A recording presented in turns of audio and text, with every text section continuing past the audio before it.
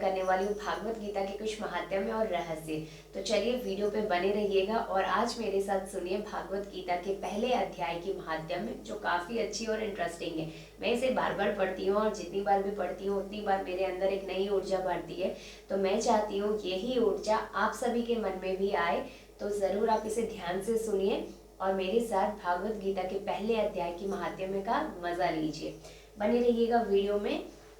आज मैं आपके साथ शेयर करने वाली हूँ श्रीमद् भागवत गीता के पहले अध्याय की महात्म्य। इस महात्म्य में श्री पार्वती जी ने कहा, भगवान आप सब तत्वों के ज्ञाता हैं। आपकी कृपा से मुझे श्री विष्णु संबंधी नाना प्रकार के धर्म सुनने को मिले हैं जो समस्त लोगों का उद्धार करने वाले हैं। देवेश, अब मैं गीता का महात्म्य सुनना चाहती हूँ। आप यहाँ पे देखिए पार्वती जी के भी मन में ये जिज्ञासा है कि भागवत गीता में आखिर ऐसा क्या है जो उन्हें सुनने की इच्छा है। तो सेम हमारे मन में भी होती है। तो मैं आज मेरे माध्यम से आप सभी के लिए भागवत गीता की ये महात्म्य लेकर आई हूँ, तो सुनिएगा जरूर। जिसका श्रवण करने से श्री हरि में भक्ति बढ़ती है। श्री हरि में भक्ति वो मेरी पहले से ही है। मुझे पूजा करना बहुत पसंद होता है और ये रिचुअल्स वाली बुक पढ़ना तो मुझे और भी ज्यादा पसंद है। तो चलिए मैं शुरू करती हूँ। श्री महादेव जी बोले, जिनका श्री विग्रह अलसी के फूल की भांति श्याम वर्ण का है, पक्षी राज गरुड़ है जिनके वाहन, जो अपनी महिमा से कभी च्युत नहीं होते तथा शेष नाग की सैया पर शयन करते हैं, उन भगवान विष्णु की हम उपासना करते हैं। एक समय की बात है, मूर दैत्य के नाशक भगवान विष्णु शेषनाग के रमणीय आसन पर सुखपूर्वक विराजमान थे। उस समय समस्त लोगों को आनंद देने वाली भगवती लक्ष्मी ने आदर पूर्वक प्रश्न किया। श्री लक्ष्मी ने पूछा, भगवान आप संपूर्ण जगत का पालन करते हुए भी अपने ऐश्वर्य के प्रति उदासीन से होकर जो इस क्षीर सागर में नींद ले रहे हैं, इसका क्या कारण है? पार्वती जी के मन में भी सवाल आया कि जब भी विष्णु भगवान अपनी इस सैया पे रहते हैं, क्षीर सागर में नींद ले रहे थे, तो इसका क्या कारण होता है? श्री भगवान बोले, सुमुखी, मैं नींद नहीं लेता हूँ, अपितु तत्व का अनुसरण करने की अंतर्दृष्टि के द्वारा अपने ही महेश्वर तेज का साक्षात्कार कर रहा हूँ। देवी, यह वही तेज है जिसका योगी पुरुष कुशाग्र बुद्धि के द्वारा अपने अंतःकरण में दर्शन करते हैं तथा जिसे मीमांसक विद्वान वेदों का सार तत्व निश्चित करते हैं। वह महेश्वर तेज एक अजर प्रकाश स्वरूप आत्मरूप, रोग शोक से रहित, अखंड आनंद का पुष्प, निष्पन्न, निरेह तथा दैत्य रहित है। इस जगत का जीवन उसी के अधीन है, मैं उसी का अनुभव करता हूँ। देवेश्वरी, यही कारण है कि मैं तुम्हें नींद लेता सा प्रतीत होता हूँ। ऐसा भगवान बोल रहे हैं और लक्ष्मी जी को वो समझा रहे हैं कि जब भी विष्णु भगवान अपनी शैया पे रहते हैं, शेषनाग की शैया पे, वो नींद नहीं लेते हैं, अपितु वो उस चीज का अनुसरण करते हैं, अंतर ध्यान करते हैं, अंतर दृष्टि से हर चीजों को देखते हैं और उसका अनुकलन करते हैं। अब हम बढ़ते हैं श्री लक्ष्मी जी की तरफ। श्री लक्ष्मी जी ने कहा, ऋषिकेश, आप ही योगी पुरुषों के धैर्य हैं, आपके अतिरिक्त भी कोई ध्यान करने योग्य तत्व है? यह जानकर मुझे बड़ा कौतूहल हो रहा है। इस चराचर जगत की सृष्टि और संहार करने वाले स्वयं आप ही हैं। आप सर्व समर्थ हैं। इस प्रकार की स्थिति में होकर भी यदि आप उस परम तत्व से भिन्न हैं, तो मुझे इसका बोध कराइए। श्री भगवान बोले, प्रिय, आत्मा का स्वरूप द्वैत और अद्वैत से पृथक भाव और अभाव से मुक्त तथा आदि और अंत से रहित है। शुद्ध ज्ञान के प्रकाश से उपलब्ध होने वाला तथा परमानंद स्वरूप होने के कारण एकमात्र सुंदर है, वह मेरा ईश्वरीय रूप है। आत्मा का एक तत्व ही सबके द्वारा जानने योग्य है। गीता शास्त्र में इसी का प्रतिपादन हुआ है। अमित तेजस्वी भगवान विष्णु के ये वचन सुनकर लक्ष्मी देवी ने शंका उपस्थित करते हुए कहा, भगवान, यदि आपका स्वरूप स्वयं परमानंद है और मन वाणी की पहुंच के बाहर है, तो गीता कैसे उसका बोध कराती है? मेरे इस संदेह का आप निवारण कीजिए। श्री भगवान बोले, सुंदरी, सुनो, मैं गीता में अपनी स्थिति का वर्णन करता हूँ। क्रम से 5 अध्यायों को तुम 5 मुख जानो, 10 अध्यायों को तुम 10 भुजाएं समझो तथा 1 अध्याय को उदर और 2 अध्यायों को दोनों चरण कमल जानो। इस तरह यह 18 अध्यायों की वर्णनीय ईश्वरीय मूर्ति ही समझनी चाहिए। यह ज्ञान मात्र से ही महान पातकों का नाश करने वाली है। जो उत्तम बुद्धि वाले पुरुष गीता के एक या आधे अध्याय का भी आधे या चौथाई श्लोक का भी प्रतिदिन अभ्यास करता है, वह सुशर्मा के समान मुक्त हो जाता है। श्री लक्ष्मी जी ने पूछा, देव सुशर्मा कौन था, किस जाति का था और किस कारण से उसकी मृत्यु हुई? श्री भगवान बोले, प्रिया, सुशर्मा बड़ी खोटी बुद्धि का मनुष्य था। पापियों का तो वो शिरोमणि था। उसके जन्म वैदिक ज्ञान से शून्य एवं क्रूरतापूर्ण कर्म करने वाले ब्राह्मणों के कुल में हुआ था।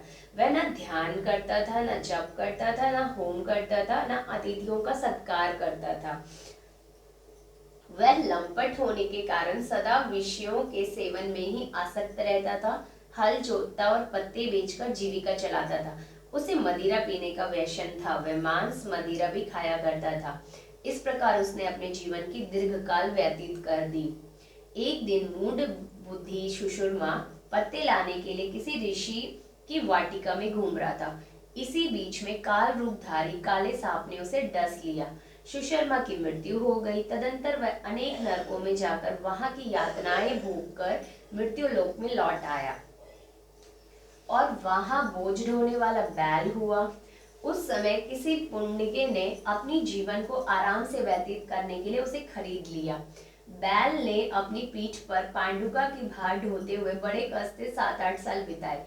एक दिन पांडुका ने किसी ऊंचे स्थान पर आकर देर तक बड़ी तेजी के साथ उस बैल को घुमाया। इससे वह थककर बड़े वेग पर जाकर गिर पड़ा पृथ्वी पर और मूर्छित हो गया।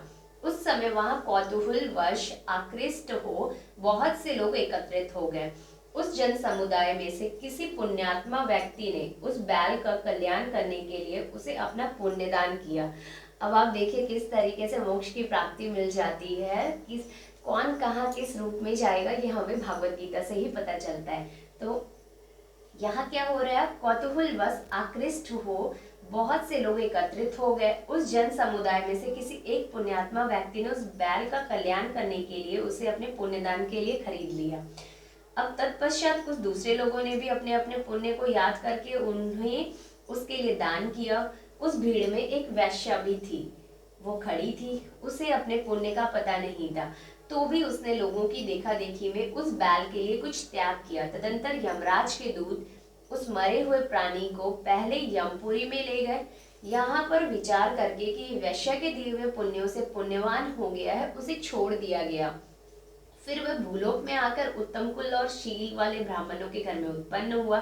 उस समय भी उसे पूर्व जन्म की बातों का स्मरण बना हुआ था।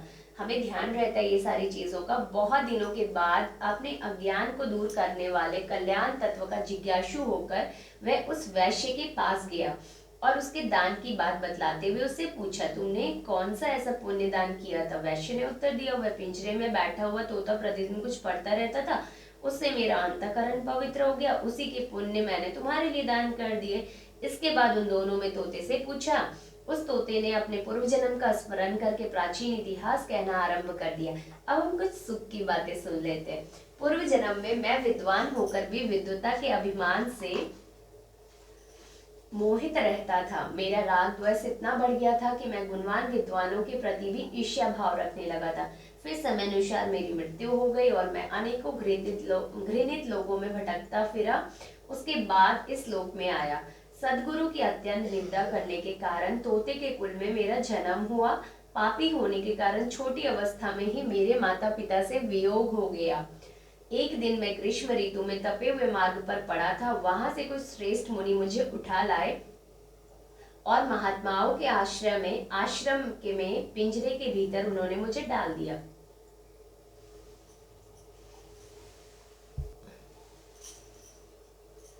पिंजरे के भीतर उन्होंने मुझे डाल दिया। वहीं मुझे पढ़ाया गया। ऋषियों के बालक बड़े आदर के साथ गीता के प्रथम अध्याय की आवृत्ति करते थे। उन्हीं से सुनकर मैं बारंबार पाठ करने लगा। इसी बीच एक चोरी करने वाले बहेलियन ने मुझे वहां से चुरा लिया। तत्पश्चात इस देवी ने मुझे खरीद लिया। यही मेरा वृतांत है जिसे मैंने आप लोगों से बता दिया। पूर्व काल में मैंने इस प्रथम अध्याय का अभ्यास किया, जिससे मैंने अपने पापों को दूर किया।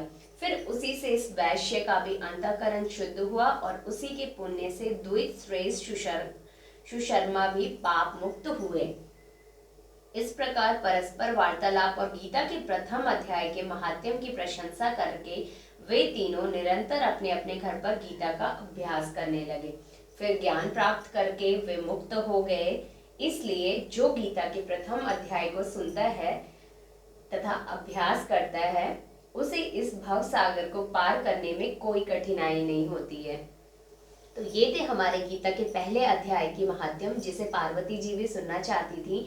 और इसमें कुछ ऐसी इंटरेस्टिंग कहानी थी कि कैसे आपको मोक्ष की प्राप्ति भी होती है थ्रू गीता के थ्रू।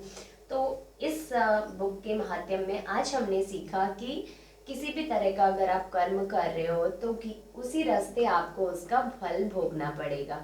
तो होपफुली आपको ये वीडियो अच्छी लगी। आज के अध्याय में हमने पढ़ा था प्रथम अध्याय। ये हमारा प्रथम अध्याय था गीता का, जिसे मैंने काफ़ी अच्छे से आपके साथ एक्सप्लेन किया। सिर्फ मैंने महात्म्य बताई है आज आपको। पहले हम 18 महात्म्य को ख़त्म करेंगे, फिर हम इसके संवाद पे भी आएंगे। तो चलिए, राधे राधे।